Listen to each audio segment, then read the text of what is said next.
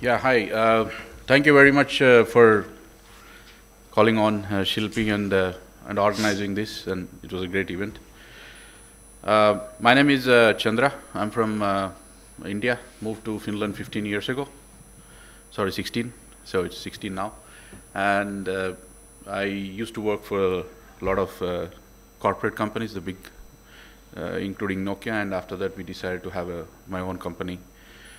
And this is my second company and APInf is 2 years old, but with the help of Fibre, we actually have a very stable and robust platform and also reference cases.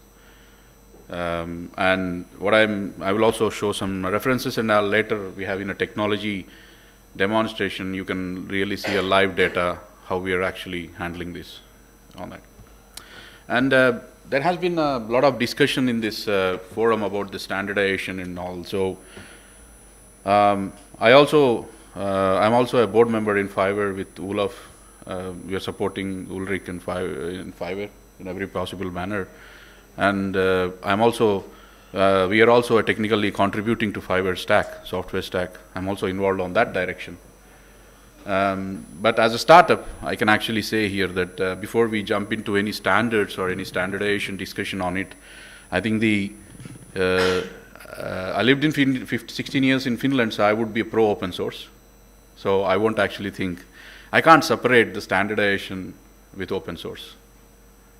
So I would really like to see whatever the standards which we are talking about here, especially to my fellow country people here definitely, is that we should really have an open standard and also an open reference implementation.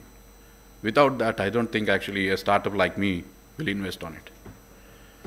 But going on, I will just try to go forward with the presentation, what we do and how we evolved as a company. So we started already in 2015 in the group company to help out to create how to share the messages and how to basically open different ways of handling the open data. So in 2013-14 there was a lot of buzz in Europe about open data, opening the data in Excel sheets in the form of Word. A lot of people have just deployed CCAN and they said that okay, we are open data. And I looked into it as an engineer, and I felt very bad because my tax money has been spent there. Because what do I do with those open data in Excel sheet? Do I just download it and go through the billions of transactions or lines there? And so how do we make it available so that it is useful? How do we make it available so that it generates more opportunities? So there, of course, this API concept has been already there, but we have been already preaching and teaching, conducting seminars, workshops with the cities and the government officials at that point in Finland, that, hey guys, it's not enough that you open the data in whatever the format you want or you wish or the tools are supporting at that time. It is important that you need to have an agreement that if somebody is depending on that open data and developing an application or a service above it, it needs to be a particular format, it needs to be a particular performance. So everybody defines APIs as everything. There are a lot of definitions about it. But as a businessman, as a startup person, as a person who is working on open data, I define API as an agreement. And it's a promise. So that is what API is. Whether it's an open or it's a paid API or it's a closed API. So we started with that teaching. We started with that coaching. We started with that awareness building. In 2015, we developed some tools. We were asked to show some proof of concepts. And after that, we launched, we ended up realized that we actually are managing APIs altogether for some customers. So we launched the world's first fully open sourced API management tool. And after that, in 2016 we came across Fibre. And I was very much happy to find Fibre and realize that, okay, Fibre has done a lot of work in this area. And Fibre has a slogan that open APIs for open minds. So that attracted me a lot. And then we went there and we basically started saying that, okay, well, we need to add an API management to Fibre stack. So we offered, and thankfully Fibre management accepted, and the technical steering group also accepted that we could work on contributing our API management to Fibre stack. So then we started work on that in 2017. At the same time, we realized actually that a lot of data is coming from IoT sensors also. And one of our customers basically requested us to go and collect the data in the real time. With APIs, I would not say real time, but the right time data. With real time, we need to also work from at the physical layer, network layer, and the data center also to make it real time. So real time is, if you want to get real time, we need to have everything in our control. We can't use the broadband, we can't use the open internet and do that. So we have to create our own brokers with the different protocols also. And in 2017, our API management started supporting many protocol brokers. And in 2018, we launched a product called APInf Cloud, which is basically an integration of Fibre components plus our own API management. And this happened also in the parallel that we were contributing an API management to the Fibre stack. At the same time, we were also taking some components from Fibre stack to our platform. So from the way forward, I think that's where we have evolved one step at a time. And every step and every decision we made had a business case. So what we believe strongly when we were actually talking about smart cities, or we call it as a digital smart communities, because the smart thing comes after the digitization, and the digitization is still, we are not 100% there yet.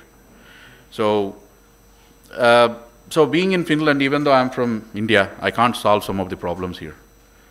So what we need to do is that we need to get the right data and the right resources to the people on the ground who are facing these problems day to day, to let them solve the problems.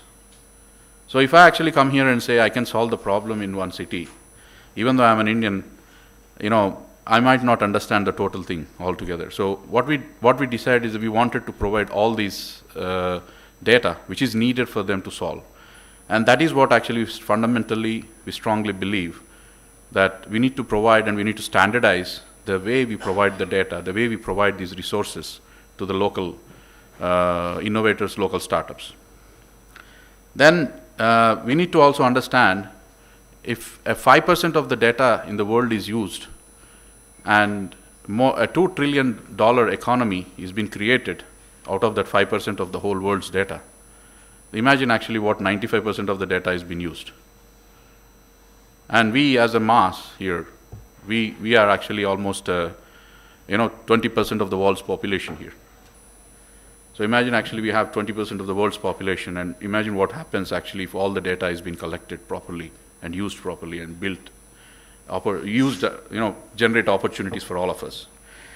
So the concept is data and API economy. And API economy cannot be successful unless there is a promise, unless there is basically an agreement that everybody gets the data, everybody gets what they want. There are also service not only data, I'm not speaking only about data, but there is also service APIs. And this actually, what we call it as a data democracy, what we call it actually as a, economic, there is a whole new set of revenue streams can be built by using APIs. And that's where actually, with these two fundamentals, we actually, this is what APInf Cloud is all about. That we believe in these two fundamentals, and that's where we want to enable that using open standards and global standards, and with smart and full of opportunities and transparent. And this is basically a fundamental rule of APInf Cloud. And nothing which is actually closed source is promoted by APInf Cloud. So every module, everything is open on GitHub, and all the development is done in real time in GitHub on the day-to-day basis. So, and how we basically, this is a Fibre software architecture. This hasn't been presented, I think, in this year. So this is, even though we are a small component there, I think we are proud to be part of this big software stack. That is our contribution there. And I just put an architecture about it. So we have, I just go back, sorry. We have a data collection entry points, and we have applications and UI and analytics, whatever you want. So there is this bridge. So we need to get something working so that these application developers, UI and analytics people can get all the information. And there are manual inputs, IoT devices, and files also. So no matter where in the world you go, there is 60% of the data which is in the files. And that's a legacy data. You can't ignore that. You can't basically say that, put an IoT device, I will get all the data. But you need to have the legacy data. So we do actually face this question all the time, even in Finland. So that where actually Fibre Context Broker comes into very, very helpful. So all these blue parts which are coming there are Fibre components which we integrated in our stack. Again, this is everything came as a business case. Everything came as an evolution. It suddenly, we didn't decide over the night that we will go and get this component.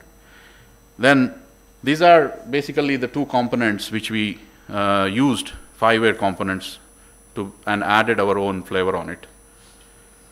So this is how the whole software stack is. We actually have in APIs, we have the data analytics, we have a machine learning, an AI machine running in it, and this is one of our customer has developed, and he decided to integrate with us. So he was our customer. He was using all this. He was using Context Broker. He was using an API based on the Context Broker NGSI standard API. An American customer, and he later decided that it was so useful for him that he decided that, okay, why don't we integrate together and go ahead. So that's how the ecosystem is built, so one after the other. And we actually give some references of it. So we did this Helsinki public transport. I've been involved for 2 years almost in this. They are collecting the data of each and every bus in every second, and we collect, we use multiple brokers here, MQTT and a Context Broker together to standardize. And we almost collect 600 megabytes of data every second, 80 to 250 million transactions a day, 36 terabytes of data in a month, and 2 billion calls a day in a month. So this is actually the amount of data collected which is there. And why this is, Helsinki is a city where there are only, 14 lakhs of people. Why are we doing an overkill? Because they're establishing the foundations for real-time applications which are going to come in future. So, and the dashboard is created, and the data is available in any format. They want also an API with an NGSI version to standard. And this is a video you can actually see, hopefully, all right. So this is okay, it says codec not available, so I'm fine.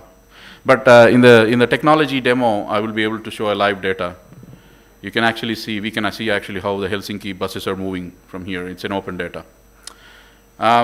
And we actually have been tracking also electricity and heating costs in the public buildings. We started a small initiative in India, which is to analyze the data in the agriculture side, how different fruits are exported and all. Then creating a whole food chain for the afternoon lunch for one city in Finland. Starting from from where actually it has been procured, how it has been procured, how the food is made, plus how it has been served. This type of schedule or timetable or the information is given 6 months ahead, published, so that kids' parents can actually see what the kid is eating, and also see how much nutrition value they are getting in the afternoon lunch for their school. So in Finland, it's been for 90 years, the breakfast, lunch, and an afternoon snack has been served in the schools and kindergartens for all the students till they are 18 years old, free of cost. And some cities have been very cautious about growing obesity, child obesity, and they have been creating these open data, publishing the data, been very cautious about how they procure. So this is the use case we actually have done it. And this is done is totally on the context broker, Fibre software stack. And our partners and customers, both in India and Finland, also all over the place. Tampere City, Kiradigi is the construction spearhead project. VTT, I think it's the Governmental Research Institute in Finland. HSL is the Helsinki Transportation. H2E and Banka both are Indian companies. We work with them. We have a collaboration also with the Nordic Flex House.